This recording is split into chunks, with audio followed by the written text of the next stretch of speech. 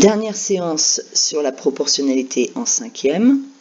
Alors, première séance, on a donc vu expliquer ce qu'était la proportionnalité. Il faut à tout prix deux grandeurs qui varient dans les mêmes proportions. On le reconnaît en se disant, si je double ma première grandeur, est-ce que ma deuxième grandeur double aussi? Oui, donc c'est proportionnel.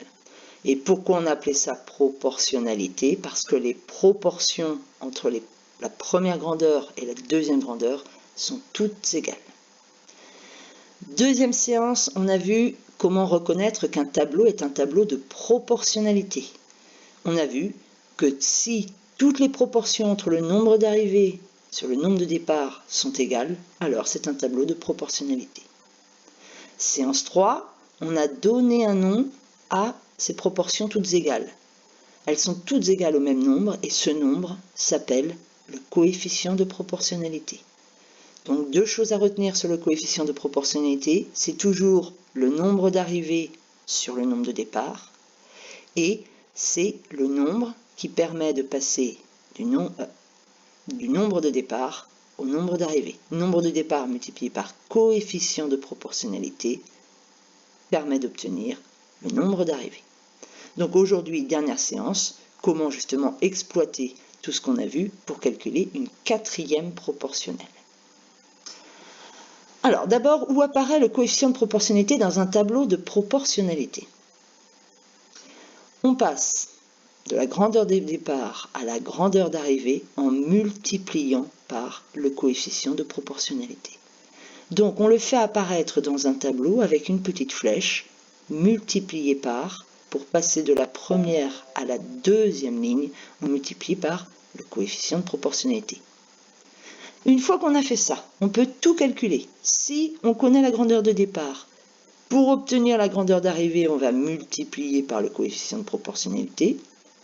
Si on connaît la grandeur d'arrivée, on va diviser par le coefficient de proportionnalité. Alors, on va partir d'un exemple. J'ai acheté 1,2 kg de poires pour 2,22 €.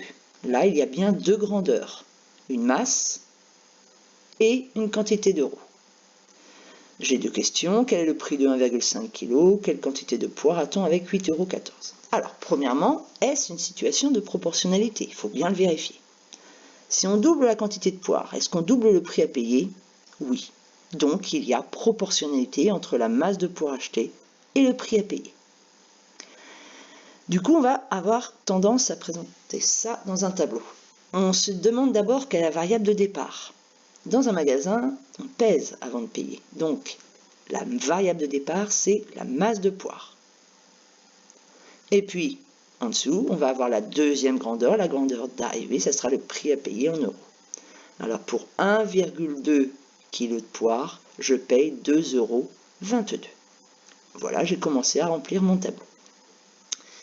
L'étape suivante, c'est de calculer le coefficient de proportionnalité. Et là, on se rappelle bien que c'est le nombre d'arrivées par rapport au nombre de départs. On va donc faire 2,22 divisé par 1,2.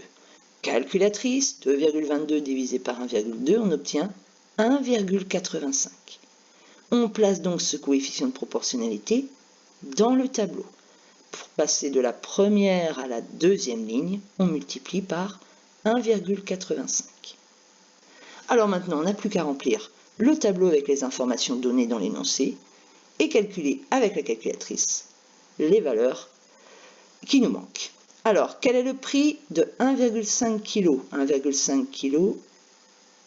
Ah, j'ai mis 5 kg moi. Bon, 5 kg, on va changer. Quel est le prix de 5 kg? 5 multiplié par 1,85, j'obtiens 9,25 €. Quelle quantité de poires a-t-on avec 8,14 €? Cette fois-ci, on veut remonter à la valeur de départ. On fait donc 8,14 divisé par 1,85 et on obtient la masse de poires.